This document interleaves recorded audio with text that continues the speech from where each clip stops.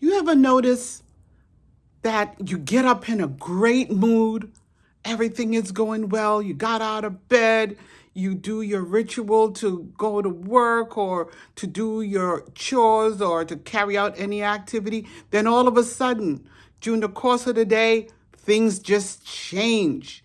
And you like, nah, the day didn't start out like this, especially with mood swings. I just want to share a little story what happened to me coming from the supermarket yesterday, and how the hormonal situation changes. Even though I am in menopause, there is still some form of estrogen, still being produced. And when it caps or it decreases, you just drop. And yesterday, coming from the supermarket, I'm feeling good, doing what I normally do. Then all of a sudden, I just broke out in tears. Tears.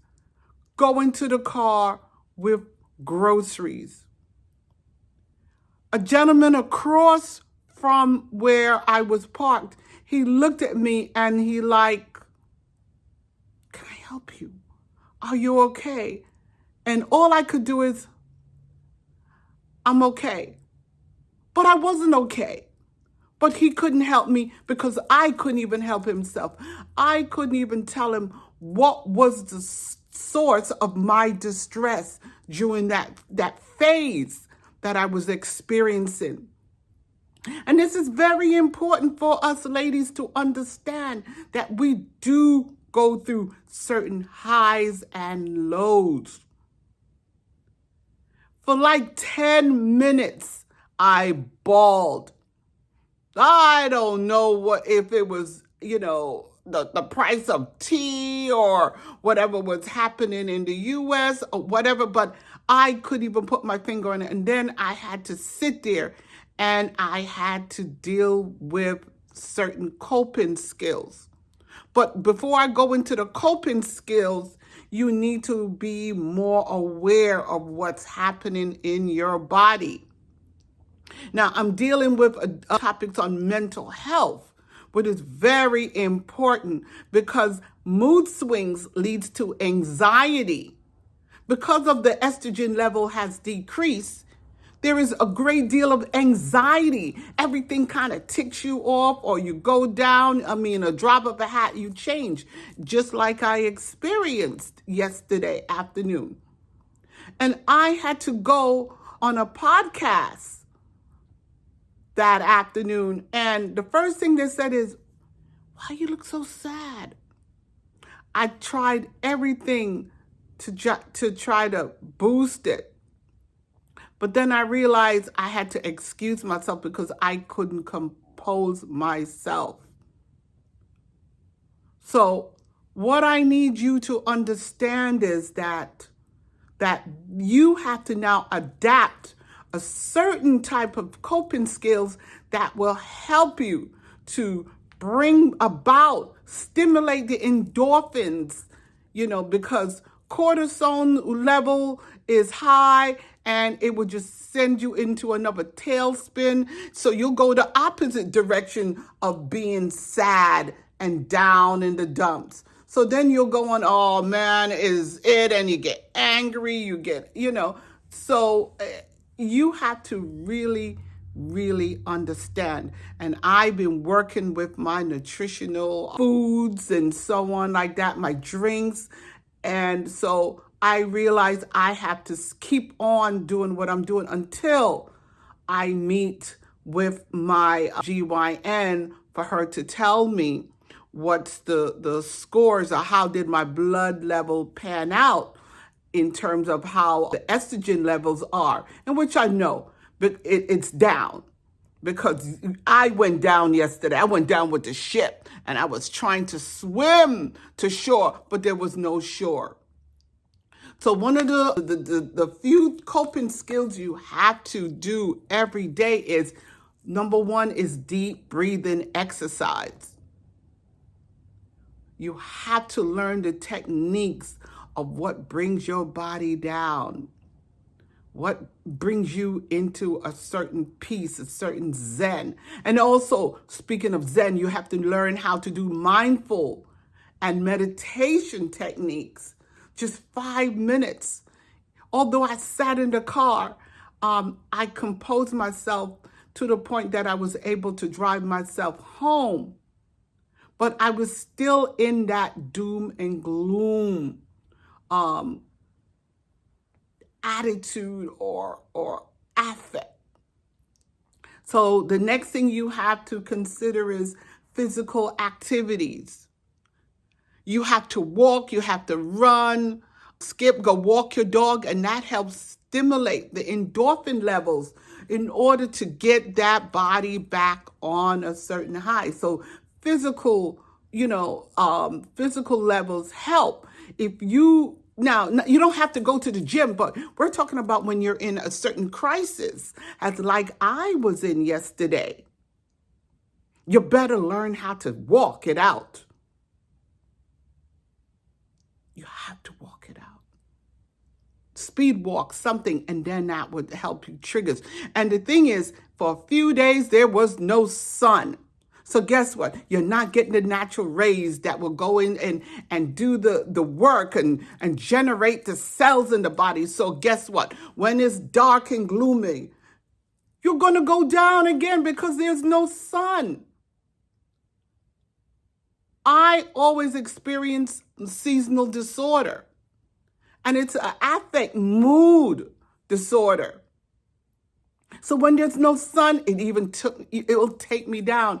When I was younger, when I was in high school, I always had to have the window seat. I have to have that desk by the window until they used to call me Miss Sun, and I got the nickname Sunrise because I always needed the sun. So another thing is journaling. Journal. You feeling down, just start writing and let the body just flow with what you're feeling. You're not negating what you're feeling. You're going to talk about what you're feeling. And the thing is, talk about what would you like to experience. So that now will come and manifest in something that you are not at that time. That's what manifestation is. Being something you want to be, although you're not at that present moment.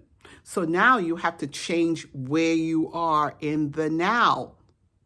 Another thing is pick up the phone, connect with others, go talk. Go and talk to somebody. Call a friend if nobody's there.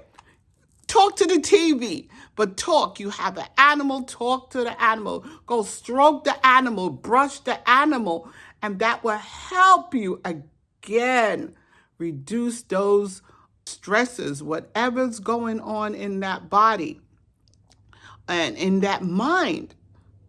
Because again, estrogen is now down, so guess what? It's going to trigger stuff. It's going to knock stuff out again at the drop of a hat. Another thing is you also have to establish a certain routine. And the funny thing is, yes, I got up in the morning. I have a certain routine. I get up and I do my meditation before I even check my emails, work on anything, and I will do my journaling. But you have to go back to it. So once you establish a certain routine and you're going through that certain dip in mood, you have to go back to it and even go back and flip the pages and look at all the little wins that you have been experiencing maybe a few days prior to this event. Another thing is you have to limit caffeine and sugar. These two work together and it zaps your serotonin level, your endorphin levels. And the thing is, you want to change your behavior. That's why I'm talking about go for a walk and all of this. Change your routine. Instead of you going right all the time, you go left. You develop I know we have a certain path to take to go home. You go the opposite way because, again, you're going to trick the mind. And you're going to stimulate the endorphin levels to go up because it's a difference. It's not the same pattern. If you never dance, get up and dance. That's a part of your routine. Another thing is hobbies. Once you compose yourself, go into your hobbies. I don't know what you do. If you sew, you like to cook, you like to paint. Again, that would take you off your mind and you become one with whatever you're doing. And the next thing is practice self-compassion. Forgive yourself. Talk to yourself. Love on yourself. Because don't give in. Don't give into all that negativity. Don't give into the tears unless it's tears of joy. It took me some time to come out of that. And I'm like, oh my God. I couldn't even let my son see me when I get home. So I had to pull it together. But then I had to start saying good things to myself. Positive affirmation of who I am, what I am. And there is God in me.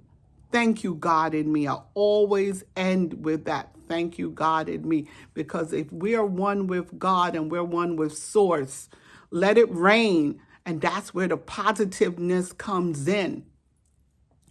And if it gets to a point where you cannot pull yourself up by the bootstrap, then you call in the troops. You have to call for help.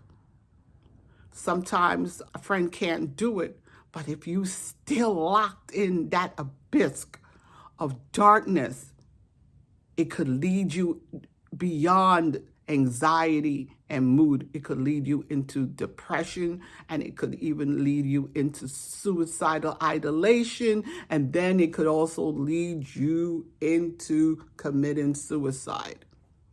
And the thing is, it happens at a drop of a pin.